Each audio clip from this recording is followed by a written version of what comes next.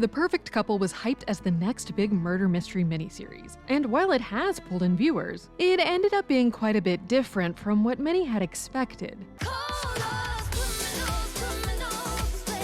Starring Nicole Kidman, who has dominated the prestige drama mini and limited series game for a while now, Meghann Fahy, who shot to stardom thanks to her turn on the White Lotus, and a number of other stars, it at first seemed like it was going to be another serious murder mystery. But the show had other plans. So let's dive in and unpack what's led to such mixed reviews from viewers, and explain what really happened in the ending. Based on Ellen Hilderbrand's 2018 novel of the same name, though with some major changes to the ending that we'll go over in a bit. The Perfect Couple very much did not set out to be another stoic prestige murder show. That's actually the reason for the rather kooky opening credit scene that sees all of the characters doing a choreographed dance to a Meghan Trainor song. The director said that she wanted to be clear up front that this show was about having a bit of fun above all else. And as much as that might have disappointed viewers who came in expecting another serious Nicole Kidman murder drama in the vein of Big Little Lies, it does actually make some sense. The novel is not a heavy thriller, but a fun beach read, and the show worked to keep that vibe as it was translated to the screen.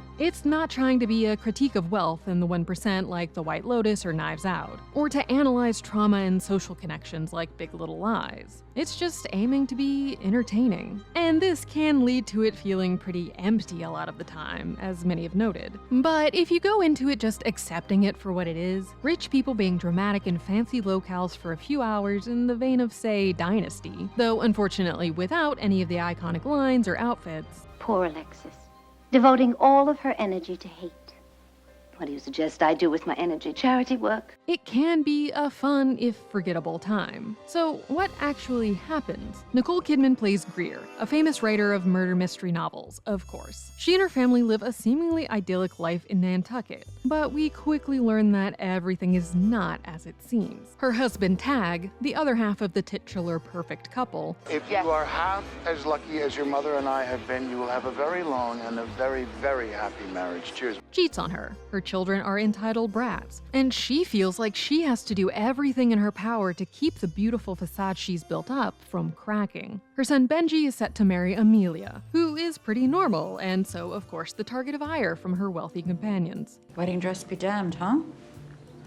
Thankfully, Amelia has her best friend Merritt by her side. While the family appears wealthy, there are actually a number of financial issues bubbling under the surface. Tag and his son's real wealth is tied up in a trust that won't pay out until the youngest son turns 18, which won't happen until the end of the summer. This means that Greer has been the sole breadwinner keeping the family afloat with her writing. And her eldest son has come to owe family friend Isabel millions of dollars, which he can't pay off because he can't get a loan from his parents and he won't have access to his trust money until his brother's birthday. But then, this beautiful world is thrown into real chaos when Merritt washes up dead just before the wedding. And it turns out that she had been sleeping with Tag and was pregnant with his baby, which means that Tag and Greer end up as the prime suspects in her murder. Over the course of the show's 6 episodes, everyone becomes a suspect at some point, and a number of dramatic side plots pop up to escalate the conflict further, like Benji catching Amelia making out with his best man, Shooter, or Tag having a full-on meltdown at Greer's book launch, which they still decided to go forward with even though someone was literally just murdered at their house. But of course, the most interesting part of a whodunit is figuring out who in fact did do it. So let's unpack that ending. Leading up to the finale, more and more characters are taken out of the running as possible murderers until there are only a few options left. And if you're someone who watches out for the villains can't use Apple products thing, those options were narrowed down quite early on. So the finale spends its time going through the most obvious suspects while trying to throw in some curveballs along the way. After Tag's smartwatch gave him an alibi by proving he was sleeping at the time of the murder, Greer became suspect number 1. She's brought in for questioning, and the detectives feel like they've really got her. They found out that, through Shooter, she had wired $300,000 to a known criminal, and assumed this is proof that she made the payment to hire him to kill Merritt, after she found out about the pregnancy. But no, it turns out that the shady guy is actually her secret brother. He's your brother?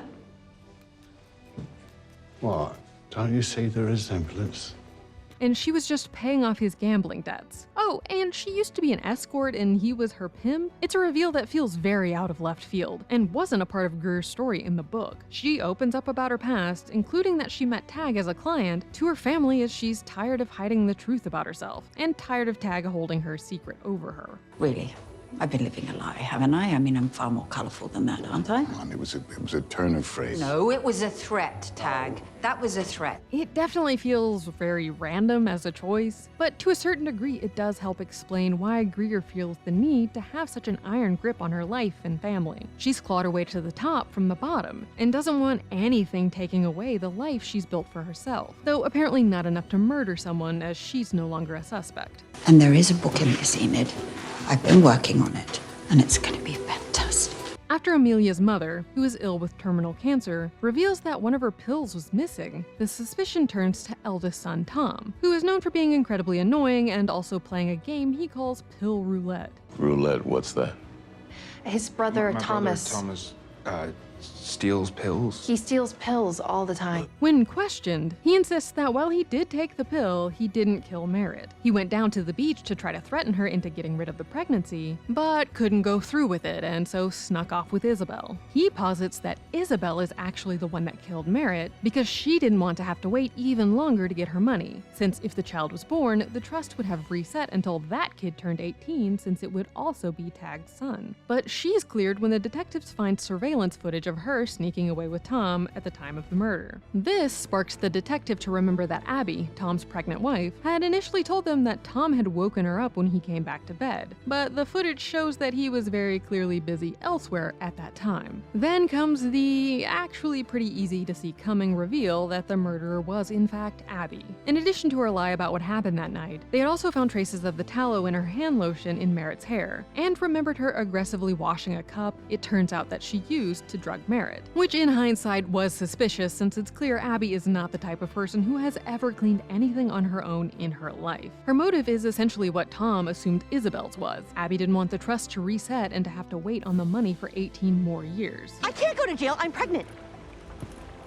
Yeah, that's not a thing. Sure, she had other options. Calculating how an outside child would affect a trust and how to stop it from happening is probably pretty familiar territory for rich people's lawyers if we're honest, but then it would just be a family law drama and not a beachy murder mystery.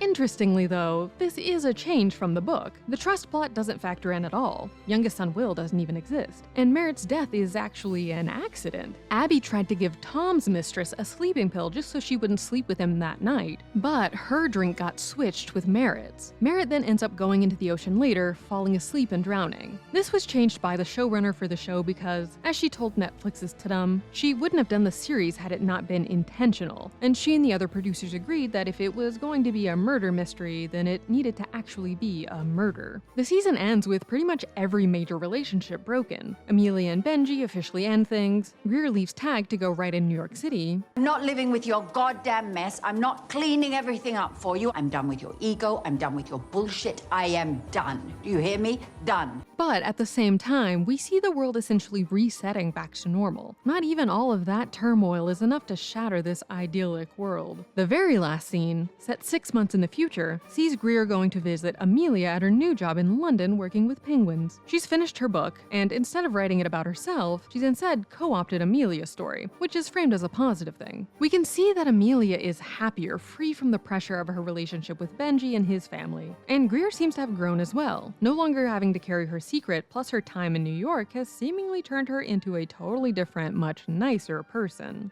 While imperfect, the perfect couple does leave off on a nice message, with both Greer and Amelia going off and discovering their true selves, and figuring out what they really want out of life, and who they do and do not want to be in it. No, it's not going to go back to the way it was.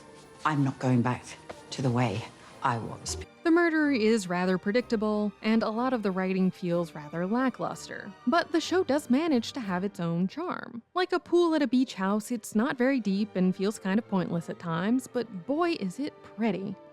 That's The Take. Click here to watch the video we think you'll love, or here to check out a whole playlist of awesome content. Don't forget to subscribe and turn on notifications.